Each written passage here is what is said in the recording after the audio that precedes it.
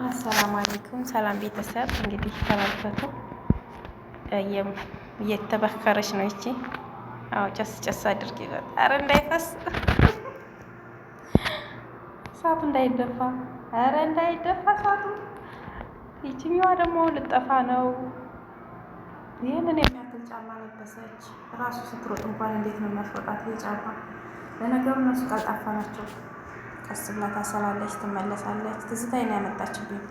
እኔ ስጠፋ ልክ እንደዚች እንደ ልጅ ሆኜ ነበር የጠፋሁትና እነግራችኋለሁ ታሪኩን። ቪዲዮ እስከ መጨረሻ ተከታተሉ። ተመልሰች ቁጭ አለች፣ ደከማት። ስትወጣ ስትገባ ስትመለስ ስትፈራ እዚህ ደርሳለች ማለት ነው። የመጨረሻ ግን ቆርጣ ሄዳለች።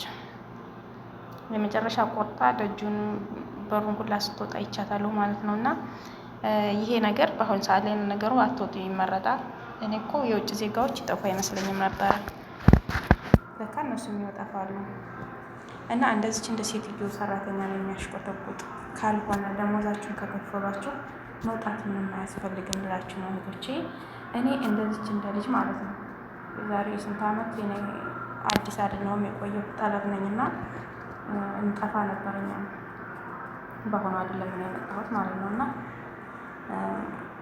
እንደዚች እንደ ልጅ በፌስታል ነው የቋጠርኩት። በዚህ ባላው ሳይሆን በሌላ ፌስታል ነው የቋጠርኩት ማለት ነው።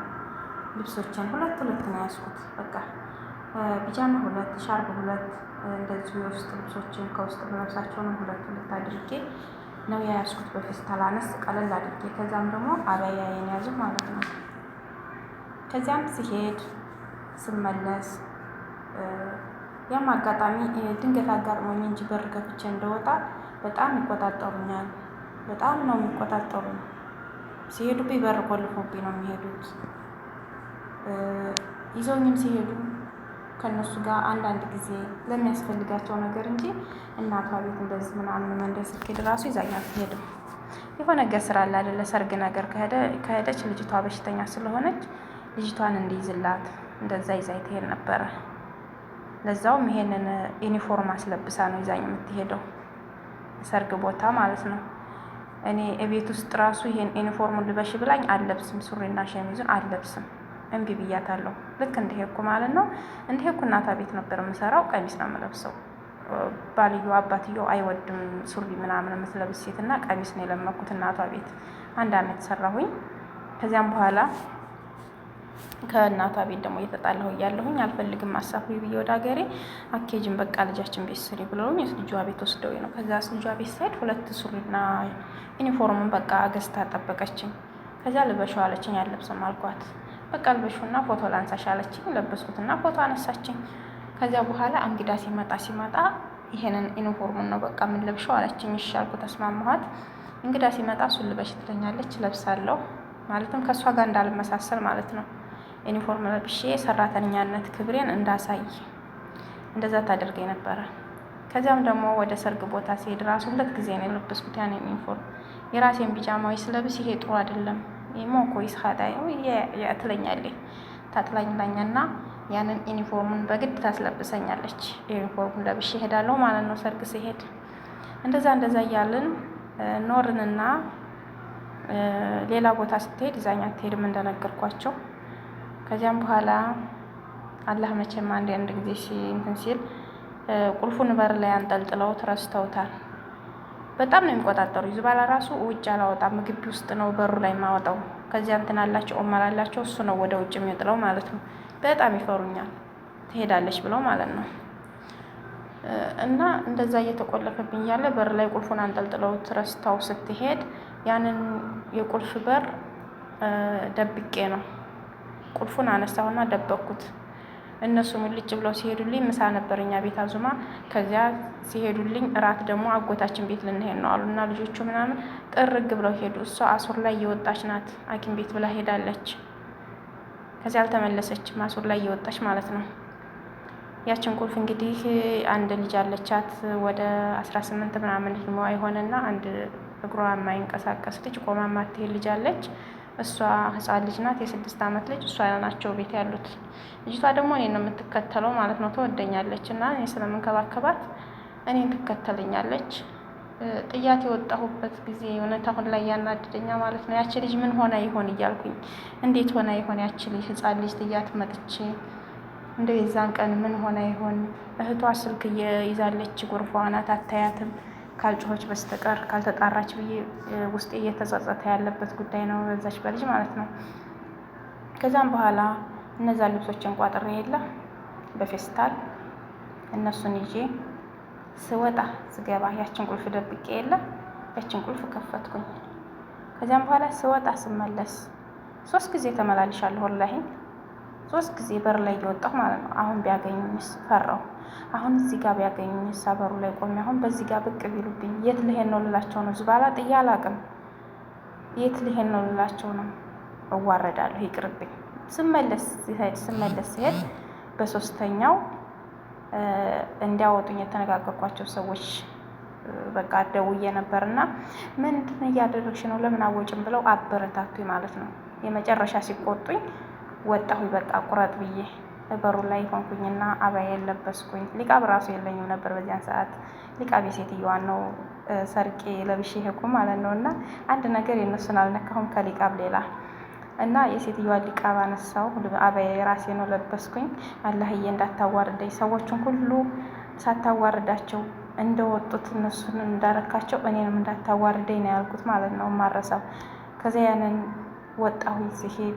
ሲሄድ በእግሬ ማለት ነው። ምንም ነገር የለም በእግሬ ነው የሄድኩት። ያው ከተማ ስለሆነ ትንሽ ጅዳ ውስጥ ነው ከተማ ነው። ሲሄድ ታክሲዋ ሄድ እያለች ማለት ነው ቆም ትልብኛለች።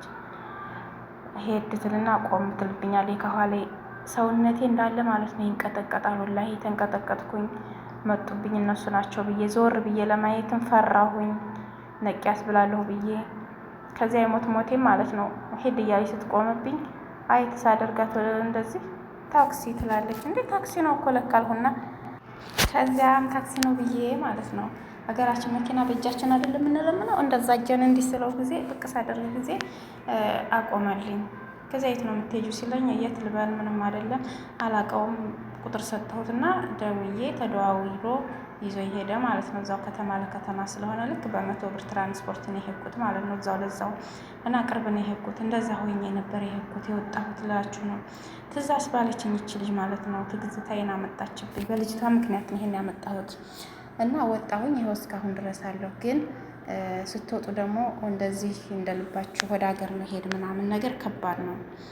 እኔ ተይዤ ነበርና ከሀገር እንዳልገባ አድርገውኝ ይሁን አላቅም ብቻ መልሰውኛል ማለት ነው። የዛሬ 3 ዓመት አካባቢ ተይዤ ነበርና መልሰውኛል። እንግዲህ አላህ ርዝቅሽ ገና ነው ብሎ ሰበብ አዞልኝ ይሁን አላሁ አለም፣ ወይንም እንዳትገባ ብለው ይሁን እነሱ ብቻ አልገባኝም። እኔ ፖሊሱ ያለኝ ለምን ኢቃማ አታሰሪም ነው ያለኝ ማለት ነው።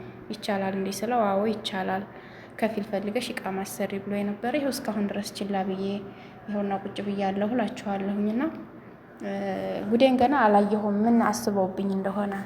ስለዚህ ከባድ ነው መጥፋት። ዝም ብሎ አተውት አስቸጋሪ ነው በገጠመው ሰው። ያው አንዳንድ ላይ በደህና ደሞዝም የሚሰሩ አሉ። አንዳንድ ላይ ዝም ብሎ ነው፣ ለውጥ የለውም። እኔ ሰዎቹ ጥሩ ናቸው፣ ደሞዜን ይሰጡኛል። ቤት ውስጥ የስራ ጫናና የጭቅጭቅ ምናምን የለም። ተከብሬ ነበር የምኖረው ማለት ነው። ባለሁበት ቤት በጣም እናቷ ቤት ነበር እንጂ ማልስማማ በሽተኛ ልጅ አለቻት፣ ትመታኛለች። እኔ ደግሞ ልመታት ስል እናቷ ትቆጣለች።